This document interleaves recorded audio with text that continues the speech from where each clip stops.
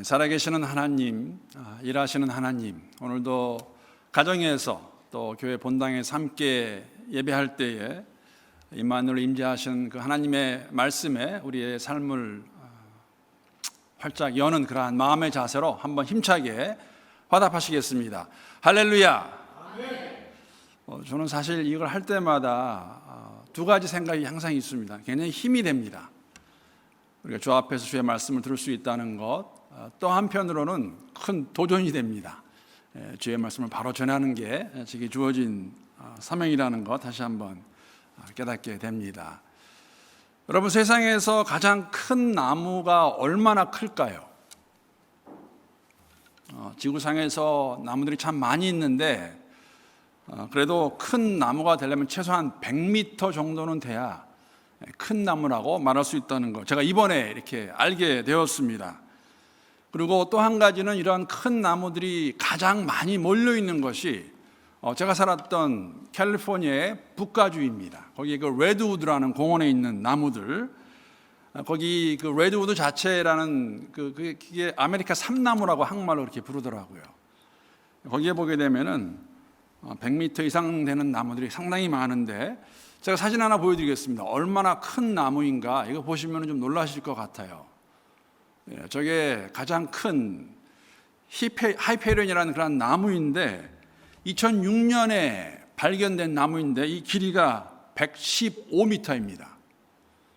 근데 이렇게 보시게 되면 또 감이 안 잡히니까 그 밑둥지는 얼마나 큰가, 그 밑둥지 사진도 하나 보여주시죠. 저게 나무입니다. 나무 밑에 사람이 굉장히 작게 보이죠. 엄청납니다. 제가 이 사진을 보면서 그 위키피디아는 그게 안 나와 있어요. 뿌리는 얼마나 깊게 들어가 있을까? 이게 도대체 뿌리가 얼마나 퍼져 있는 것인가 하는 생각을 해봤는데, 아무튼 115m 되는 나무입니다. 근데 이러한 레드우드, 아메리카 삼나무와 대조되는 또 나무가 있는데 그것도 보여주시죠. 대나무입니다. 대나무 사진 지금 올려놨는데 비교할 수 없는데, 여러분 이것도 속이 다 비어있는데 이 대나무도 약 30m까지 자란다고 합니다. 30m. 이게 가능할까? 다음 사진 보게 되면은 그 세 번째는 잘 안 보였지만 이렇게 그 마디, 이 마디가 있는 것, 이것 때문에 꺾이는 법이 없다고 합니다. 아무리 강한 태풍이 불어와도 이 대나무가 서 있을 수 있는 것이 마디 때문에 그렇게 가능하다고 말하고 있는데, 이 대나무의 마디는 성장이 멈춘 결과로 생기는 현상이라고 합니다. 한 타임이 끝나고 매듭을 짓고 나면 또다시 한 타임을 가면서 마디가 생기고 매듭 짓고, 그래서 견고한 나무를 만들어 간다고 합니다. 그래서 30m까지 간다고 하네요. 우리의 삶도 크게 다르지 않다고 생각합니다. 우리 세상을 살아가면서 이러한 마디들이 쌓여지면서 모여질 때 더욱더 견고하고 강건하게 세워지는 우리의 삶이 아닐까. 지금 우리가 당면하고 있는 코로나 바이러스의 이 상황도 우리의 삶 속에서는 아마 큰 마디가 아닐까 생각합니다. 물론 제가 느끼는 것은 무엇이냐면, 이 코로나 바이러스를 맞이하는 각 사람의 체감 온도는 같지 않습니다. 어떤 분들은 크게 다가오기도 하고 어떤 분들은 크게 달라진 것이 많이 없는 분도 계시는 것 같습니다. 그러나 바라는 게 있다면 잘 견디어서, 우리가 모두 다 잘 견디어서 우리의 신앙의 이 기간에 더욱더 견고하게 세워줄 수 있으면 좋겠습니다. 삶 가운데 이러한 어려움, 도전은 항상 있다는 것이죠. 사실 여러분, 바울에게 있어서는 갈라디아 교회 문제가 그가 사도로서, 전도자로서, 또 목회자로서 또 다른 한순간에 한 어떠한 마디가 되지 않아 생각을 하게 됩니다. 사실 어떻게 보면 한 마디 정도가 아니라 그의 삶의 복음 사역의 이 근본, 이 파운데이션을 흔드는 엄청난 그러한 도전의 마디였다고 볼 수가 있습니다. 왜냐하면 그가 전한 복음이 지금 갈라디아 교회 성도들로부터 의심을 받고 있기 때문입니다. 지난 주일 본문의 마지막 절인 1장 10절 말씀을 제가 한번 세 번역으로 먼저 한번 읽어보겠습니다. 내가 지금 사람의 마음을 기쁘게 하려고 하고 있습니까? 아니면 하나님의 마음을 기쁘게 해드리려고 하고 있습니까? 아니면 사람의 환심을 사려고 하고 있습니까? 내가 아직도 사람의 환심을 사려고 하고 있다면 나는 그리스도의 종이 아닙니다. 사실 사도 바울은 지금 기로에 서 있습니다. 어떠한 갈림길입니까? 이 기로에서 갈라디아 교회 성도들에게 전해준 그의 복음이 다른 복음에 의해서 힘을 잃어버리든지, 아니면 바른 복음의 그 힘으로 바로 깨닫고 흔들림 없는 구원의 확신을 가지든지, 이러한 도전이 지금 사도 바울에게 주어진 것이죠. 분명한 것은 여러분, 우리가 갈라디아서를 공부하다 보면 알 수 있는 것이 뭐냐면, 갈라디아 교회 안에는 유대주의 교사들이 지금 침투해 와 있습니다. 그들이 주장하는 것은 뭐냐면, 바울이 전한 복음 잘못됐다, 온전하지 못하다 가르치면서 그 갈라디아 성도들을 지금 혼란 속에 빠져들게 하고 있다는 것입니다. 여러분, 유대주의 교사들의 가르침을 이렇게 정리해서 말씀을 드릴 수 있습니다. 이러한 이야기입니다. 구원은 믿음으로 부족하다. 믿음도 좋고 다 필요하지만 구약의 율법을 지켜야 한다. 특히 할례를 받아야 된다는 것입니다. 이런 유대주의 교사들의 가르침을 듣는 성도들이 그 말에 동의하기 시작했습니다. 그래, 맞아. 어쩐지 너무 간단하더라고. 어떻게 그냥 믿음으로 받을 수 있는 거야? 아니지. 하나님의 백성된 다른 건 다 몰라도 율법 안 지켜도 괜찮은데 할례는 받아야지. 할례. 그게 증거인데, 증표인데. 사도 바울, 그가 누구라고? 그 사람 원래 예수 믿는 사람, 핍박하던 사람 아니야? 그 사람 말 믿을 수 있을까? 이러한 상황입니다. 힘든 상황이죠. 이러한 상황에서 사도 바울이 취할 수 있는 처세술이 있었다면 무엇이 있을까? 어떻게 하는 것이 이 어려운 시기를, 이러한 도전을 이길 수 있을까? 여러분, 가장 간단한 것은 사실 그들과 동의하면 됩니다. 왜 그럴까요? 사실 이 문제는 사도 바울에게 어려운 문제는 아닙니다. 사울, 그가 어떤 자였습니까? 사울은 유대인 중에서도 유대인이었습니다. 사울만큼 유대교를 제일 가장 잘 알고 신봉하는 가운데 유대교를 잘 지키던 사람이 없습니다. 그래서 오늘 본문 말씀 보게 되면은 자신이 예수를 만나기 전에 어떠한 사람이었나를 이렇게 13절, 14절에서 표현하고 묘사하고 있습니다. 내가 이전에 유대교에 있을 때에 행한 일을 너희가 들었거니와 하나님의 교회를 심히 박해하여 멸하고 내가 내 동족 중 여러 영갑자보다 유대교를 지나치게 믿어 내 조상의 전통에 대하여 더욱 열심히 있었으나 그 어떤 유대인들보다도 자신과 비슷한 유대인들 가운데서도 가장 열성적으로 율법을 지켰고 교회를 핍박했던 자였음을 스스로 이렇게 고백하고 있습니다. 이런 배경을 가지고 있는 사도 바울에게 있어서 유대교의 율법을 그렇게 지키는 게 맞다, 그것도 필요하다, 동의 한마디면은 이 문제 해소할 수 있겠지요. 그런 부분이 있는 거 분명히 맞습니다. 어쩌면 그렇게 동의하고 나면 그가 그러한 레퓨테이션을 가지고 다른 회당에 가서 복음을 전할 때 사실 더 잘 전할 수 있을는지도 모르겠습니다. 여러분, 사실 이 문제는 굉장히 심각한 문제였고 그렇게 쉽게 해결되지 않는 문제였음을 저희들이 알 수 있는 것이 무엇이냐면, 오죽했으면 갈라디아서 2장 가서 나오지만은 사도 베드로도 힘들어서 실수하는 것을 저희들이 볼 수가 있습니다. 율법에 관한 것이었다는 것이죠. 포인트는 무엇이냐면, 갈라디아 교회 성도들에게 사도 바울은 유대인으로서 그리스도인이 된 그 사도 바울은 믿음 플러스 율법, 특히 할례의 필요성을 함께 강조해 주었다면 어쩌면 지금 갈라디아 교회 성도들이 가지고 있는 그런 어려움을 주는 것을 극복할 수 있었을 텐데 그는 그렇게 하지 않습니다. 그 내용이 바로 오늘 시작하면 제가 읽었던 1장 10절에서 내가 사람을 기쁘게 하랴, 하나님을 기쁘게 하랴, 사람의 환심 필요하지 않다는 것이죠. 동의할 수 없다, 아니다, 그들은 틀렸다, 맞지 않다라고 말하는 것입니다. 내가 이렇게 진실을 말함으로써, 아니다라고 말함으로써 너희들에게 따돌림을 받는다 할지라도, 내가 핍박을 당한다 할지라도 그렇게 할 수 없다. 왜냐하면 내가 만난 그리스도 예수는 그렇지 않다는 것이죠. 사실 사도 바울만큼, 여러분, 사도 바울이 전한 복음, 그가 이 확신을 가질 수 있는 근거가 무엇일까? 오늘 본문 시작하는 부분에 보게 되면은 11절 12절에서 자신이 전한 복음이 어떠한 복음인가 이렇게 설명하고 있습니다. 오늘 본문의 11절 12절 말씀 다시 한번 읽어보겠습니다.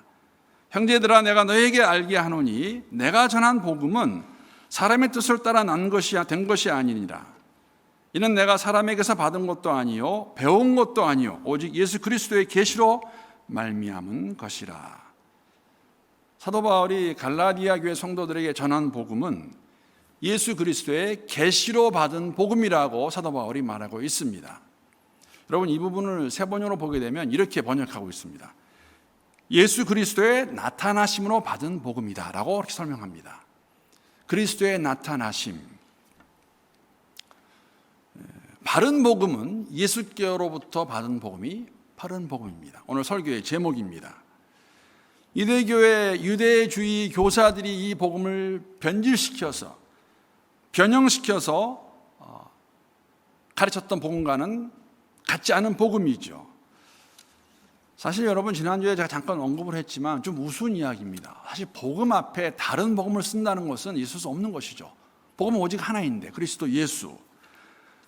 그러나 바울에게 주어진 현실은 무엇이냐면 지금 자신이 전한 복음 외에 내용이 다른 그 복음이 들어와서 갈라디아 교회 성도들 지금 유혹하고 있고 혼란 가운데 빠지고 있기 때문에 그들이 가르치고 있는 복음과 구별해서 말하기 위해서 내가 전한 복음, 바른 복음은 그 복음과 구별되는 주님께로부터 받은 복음이라는 것을 저희들에게 말씀해 주고 있습니다. 제가 이 부분에서 한 가지 도전이 됐던 것은 무엇이냐면, 여러분 기억하셔야 되는 것은 무엇이냐면, 지금 사도 바울은 갈라디아 지역에 있지 않습니다. 그는 복음을 전하고 떠난 상태입니다. 들은 이야기입니다. 그런데도 목회자의 신령을 가지고 그에게 잘못된 것을 알았을 때에 안 됐다로 끝나는 것이 아니라 그들에게 바로 전해주어서 그것을 깨닫게 하여서 아니다라고 말하고 있는 이러한 목회자의 마음, 이 마음이 하나님의 마음이 아닐까, 주님의 마음이 아닐까요? 여러분, 저희가 지난주에는 하박국서를 함께 새벽에 4일 동안 묵상했습니다. 매일 성경 스케줄에 따라서. 또 수요 말씀 여행 때에는 우리가 지금 말라기서를 이번 주가 이제 마지막 주가 되겠지만 함께 공부하고 있습니다. 하박국서나 말라기서나 사실 모든 선지자서의 보편적인 주제라고 말할 수 있지요. 여러분, 주제가 무엇입니까? 하나님께 선지자를 통해서 그들을 세워서 말씀하시는 그 목적이 무엇입니까? 하나입니다. 돌아오라는 것입니다. 내게로 돌아오라. 당신의 자녀를 향한 아버지의 마음이죠. 저는 사실 사도 바울의 이러한 마음, 지금 갈라디아에 있지도 않지만 복음을 전한 것으로 자신의 일을 다 끝냈다고 말할 수도 있지만, 바르지 못한 복음을 듣고 혼란 가운데 있고 잘못된 길, 좀 더 심하게 말하면 멸망의 길로 가고 있는 그들을 향해서 쓰는 이 마음, 이것이 주님이 주신 하나님의 마음이 아닐까. 사도 바울이 사도권을 옹호하는 이유는 자신의 위치와 안전을 위한 것이 아니었습니다. 이것이 무너지면 예수를 만난 것이 헛됨이 될 수 있기 때문에, 그 누구보다도 이것을 잘 알고 있는 사람이 사도 바울이었기 때문에, 왜냐하면 사도 바울만큼 전적으로 하나님의 주권에 의해서 하나님의 은혜로 말미암아 100% 하나님께서 함께 하시는 가운데 이 구원을 얻었고 복음을 받은 것을 안 사람이 있었을까? 사실 이러한 자신의 간증을 우리가 들을 수 있는 것이 15절에 나와 있는 사도 바울의 고백입니다. 15절 말씀 보게 되면, 그러나 내 어머니의 태로부터 나를 택정하시고 그의 은혜로 나를 부르신 이가. 그러나 조금 전에 말씀드린 것 같은 율법교회, 유대교회에 붙잡혀서 율법을 지키고 예수를 믿는 사람들을 망령된 자라고 생각하며 핍박하던 그 사울이, 그러나 예수를 믿게 됩니다. 어머니의 태로부터 택함받았다는 고백을 하면서 이 모든 것이 하나님의 은혜라고 그가 고백하고 있는 것이죠. 사실 여러분, 이러한 사도 바울의 배경, 도대체 그가 어떠한 사람이었나를 더 자세히 보여주고 있는 구절이, 그런 말씀이 있는데, 빌립보서 3장 5절 6절 보게 되면은 사도 바울이 이렇게 자신을 묘사합니다. 나는 8일 만에 할례를 받고 이스라엘 족속이요 베냐민 지파요 히브리인 중에 히브리인이요 율법으로는 바리새인이요 열심으로는 교회를 박해하고 율법의 의로는 흠이 없는 자라. 사울이 다메섹으로 향하는 그 여정 전까지 어떠한 사람이었나? 사실 빌립보서에 있는 3장에 있는 말씀과 오늘 본문에 있는 말씀 합해서 보게 되면 사실 사울만큼 하나님께 대한 열성을 가지고 율법을 지키면서 최대한으로 삶을 살았던 사람이 없었습니다. 여러분, 다메섹으로 가는 사울은 골수 유대주의자였습니다. 얼마나 그 유대교에 빠져 있었냐면은 예루살렘에서 먼 거리에 있는 다메섹에도 그리스도에 있다는 이야기를 듣고 그들을 잡아오기 위해서 제사장에 편지를 가지고 하고 있던 그 사울이었습니다. 열심히 있었고 열정이 넘쳤고 그 먼 거리도 마다하지 않고 가던 그에게, 그러한 사울에게 주님께서 먼저 찾아오십니다. 여러분, 이 부분에서 우리가 질문할 수 있는 것, 왜 하나님께서 그를 부르셨을까? 유일한 답은 무엇이냐면 하나님이 그렇게 하시는 것을 기뻐하셨기 때문입니다. 다른 이유를 볼 수가 없습니다. 그를 택하시고 부르실 인간적인 이유가 하나도 없습니다. 지금 다메섹에 가는 이유는 무엇이었냐면 예수 믿는 사람 잡으려고 하고 있던 것이에요. 그에게 나타나신 그리스도 예수, 하나님의 은혜, 전적으로 100% 하나님께 사신 일이라고 그가 고백하고 있는 것이죠. 여러분과 저의 구원도 크게 다르지 않습니다. 하나님 우리를 택하셨다는 것, 사도 바울의 고백과 같이 모태로부터, 에베소서의 말씀을 우리가 인용한다면 창세 전에. 여러분, 그 의미는 무엇이냐면 사실 창세 전이라는 것은 하나님께는 시간적인 개념은 아닙니다. 하나님이 영원하신 분이기 때문에, 다만 우리가 우연히 그냥 그렇게 된 것이 아니라 내가 운이 있는 사람이 하나님께서 이것을 우리를 택하셔서 부르셔서 당신의 자녀로 삼아주셨다는 것이죠. 이것을 경험한 사람이 사도 바울입니다. 주님께서 그에게 이 복음을 주셨고 복음을 받아들였습니다. 이 복음을 가지고 나가서 그들에게 전했는데 이제는 그들이 잘못된 복음을 듣고 변질된 복음을 듣고 멸망의 길로 가고 있는 것을 보면서 그가 아니다라고 말하고 있는 것입니다. 사실 오늘 말씀 보게 되면 또 한 가지 도전이 되는 것은 무엇이냐면 이렇게 받은 복음에 대한 사도 바울의 삶의 모습입니다. 오늘 본문 말씀 보게 되면은 사도 바울이 바로 예루살렘으로 돌아가지 않습니다. 예루살렘 그가 지금 온 곳입니다. 예루살렘에서 제사장들의 편지를 가지고 다메섹에 가는 그 여정 가운데 예수를 만나게 되었고, 그러면 사실 어떻게 보면은 바로 돌아가는 게 필요했을 거예요.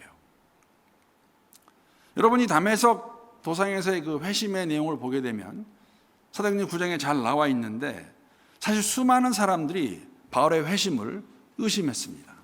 이게 정말 맞는 것인가? 그렇기 때문에 증명할 필요도 있었죠. 사도행전 9장에 보게 되면 20절부터 22절까지의 말씀, 거기에 보게 되면 사도 바울이 예수를 만난 다음에 어떠한 일을 했나?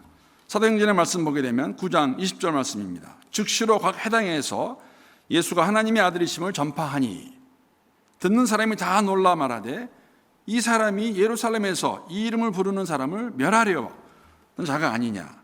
여기 온 것도 그들을 결박하여 대제사장들에게 끌어가고자 함이 아니냐 하더라. 사울은 힘을 더 얻어 예수를 그리스도라 증언하여 다메섹에 사는 유대인들을 당혹하게 하니라.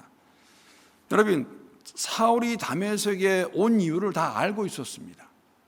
그런데 갑자기 사울이 나타나서 예수 그리스도를 전파하는 것을 보면서 다메섹에 거주하는 사람들이 생각하기에 이거 믿을 수 있는 거냐? 심지어는 여러분, 하나님께서 다메섹에 거주하고 있던 제자 중에 한 명인 아나니에게 나타나셔서 사울에게 가서 사울의 눈을 뜨게 하라고 말씀하실 때에도 아나니아조차도 믿지 못했습니다. 하나님, 이 사람이 누군지 아십니까? 이렇게 해도 되는 것입니까? 아나니아 역시 알고 있었다는 것이죠. 물론 아나니아는 그 말씀에 순종해서 사울을 찾아갔고 사울에게 기도했을 때 눈에서 비늘 같은 것이 떨어져서 사울이 볼 수 있게 됩니다. 그리고 바로 사울은 회당에 가서 그가 지금까지 잡으려고 했던 예수 믿는 자들을 그 삶의 자세에서 변화가 되어서 그 예수를 전하는 자가 됐다는 것이죠. 이랬을 때로 필요한 게 있다면 어쩌면 바로 예루살렘에 돌아가서 예루살렘에 있는 베드로와 야고보와 요한과 이러한 교회 지도자들 만나서 얘기가 되지 않았을까? 여러분, 왜 다메섹에 있는 수많은 사람들이, 특히 예수를 믿던 사람들, 예수를 믿고 있던 사람들이 이러한 사울의 회심을 믿지 못했을까요? 가장 큰 이유는 사실은 있을 수 없는 그런 일이 벌어난 것이죠. 상상할 수 없던 일이 일어난 것입니다. 다른 사람이 모르겠지만 사울이 이럴 수 있다. 그래서 말씀드린 것 같이 가장 큰 질문은 무엇이었냐면, 이렇게 우리한테 거짓으로 얘기하고 침투에 들어와서 우리를 다 잡아가지고 가려는 것이 아닐까, 이런 상황입니다. 이런 상황이었다면 사도 바울에게, 사울이 바울이 되었을 때에, 예수를 만나게 됐을 때 가장 먼저 해야 될 일이 무엇이었을까? 하루라도 빨리 예루살렘에 돌아가서 교회 지도자들에게 그 회심을 확인시켜주고 진짜임을 말해주고 인정을 받고 하는 것이 필요하지 않았을까? 그런데 이것은 사람의 생각입니다. 바울은 그렇지 않았습니다. 사람의 인정, 사람의 환심에 관심이 없었습니다. 환심을 받는 것에 관심이 없었습니다. 사실 그는 바로 복음을 전하기 시작했고 3년 동안 아라비아와 다메섹에 거하는 가운데 예루살렘에 돌아가지 않습니다. 여러분, 이 내용 가운데서 우리가 알 수 있는 것은 무엇이냐면, 사도 바울이 사실은 회심한 다음에 이러한 질문을 할 수 있습니다. 어떻게 바로 이 복음을 전할 수 있었을까? 우리가 알 수 있는 것은 뭐냐면은 바울이 사울이었을 때에 회심하기 전이죠. 사실 사울이 예수를 믿는 사람을 잡아주기 원했던 것은 무엇이냐면, 그 예수에 대해서 알고 있었고 복음이 무엇인지, 예수가 누구인지 알고 있었는데 그것을 받아들일 수 없었던 것이죠. 그래서 복음의 내용을 알고 있었습니다. 그가 유대교를 믿고 있을 때에는 이렇게 돌을 쫓는 사람들이 참남한 자들이었습니다. 받을 수 없었죠. 그러나 예수를 만나고 난 다음에는 그가 믿지 못하던 것, 깨닫지 못하던 것 깨닫고 난 다음에 그 복음을 가지고 나가서 전할 수 있었다는 거 우리에게 알려주고 있는 것이죠. 그렇기 때문에 3년 동안 어떻게 보면은 지금 사람 인정받는 거 필요하지 않습니다. 그가 그렇게 핍박하던 자들이 믿던 그 복음, 그리스도 예수를 전하는 것이 그에게는 가장 중요한 것이었죠.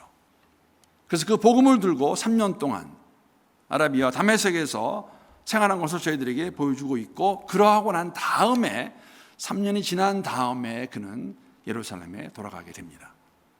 오늘 본문 보게 되면 예루살렘에 가서도 오래 있지 않았습니다. 한 15일 정도 있습니다.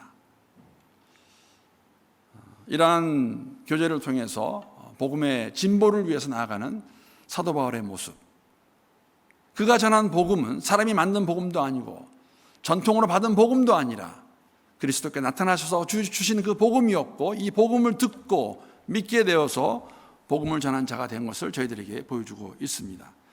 오늘 본문 보게 되면 여러분, 사실 이것은 사도 바울의 간증입니다.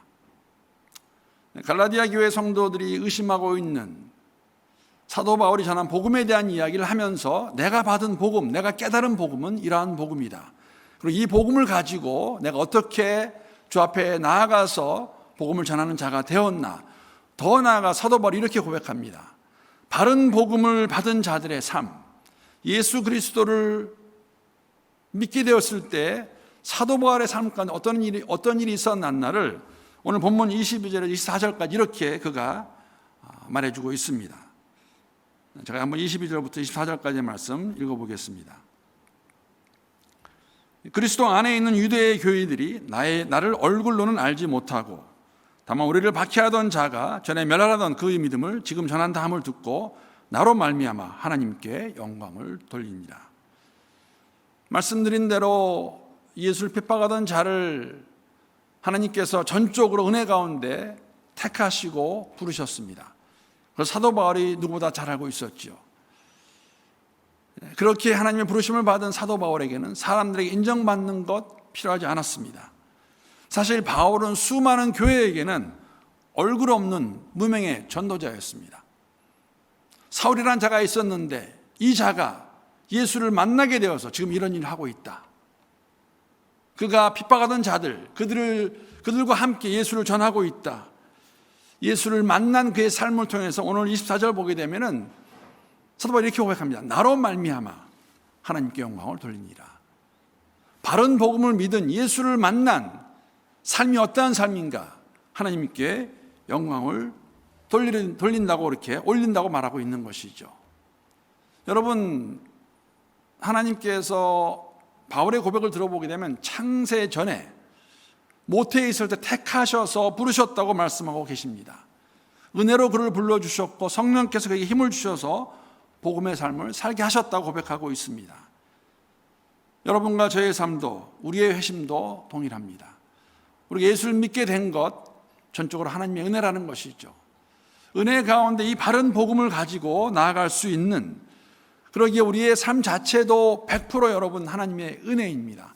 코로나 바이러스로 혼란한 이 시기 가운데서도 우리가 그럼에도 불구하고 믿음으로 나갈 수 있는 것, 우리가 믿음이 좋아서 강해서가 아니라 하나님께서 은혜를 주셔서 가능하다는 것이죠. 여러분, 저는 개인적으로 요새 목회를 하면서 더욱더 느낍니다. 지난주에도 말씀을 드렸지만은 이렇게 목회하는 거 어디서 배운 적도 없고 본 적도 없고 들은 적도 없습니다. 지금 오늘 기도하는 가운데도 그러한 내용이 있었지만은 여러분, 한 9주, 10주 우리가 집에서 온라인 예배 드리면서 언젠가부터 거기에 또 익숙해지기 시작했어요. 사실 더 편한 마음도 있습니다. 얼마나 좋습니까? 제가 말씀을 드린 것 같은데 주일날 아침에 일어나서 바쁘게 회울 필요 없이 그냥 거실에 앉아서 인터넷 접속해서 드릴 수 있는 그러한 예배의 모습, 이러한 것들이 익숙해지고 있고 지금 현장 예배로 우리가 돌아오고 있지만은 시간도 걸릴 것이고 쉽지도 않을 것입니다. 많은 목회자들이 그런 생각도 가집니다. 새롭게 목회해야 되는 것이 아니냐. 변해버린 이 세상에서 이렇게 목회를 할 수 있는 것도, 우리가 이 힘든 가운데, 어려운 가운데서도 아직도 해답되지 않은 그러한 많은 질문이 있음에도 불구하고 이 길을 걸어갈 수 있는 것, 견딜 수 있는 것, 버틸 수 있는 것, 그리스도 예수 안에서 우리가 갖고 있는 은혜로 인하여서 그 힘으로 인하여 가능함을 우리가 경험하고 있지 않나 생각합니다. 모든 성도님들이 코로나 바이러스로 변한 이 세상 가운데서 더욱더 우리의 복음이신 참 진리이신 주님만을 바라보며 신뢰하며 이 어려운 시기를 잘 극복하고 복음의 증인으로 살아갈 수 있는 합당한 삶을 살아가는 우리 모두가 될 수 있고 그러한 교회가 될 수 있기를 우리 주님의 이름으로 축복합니다.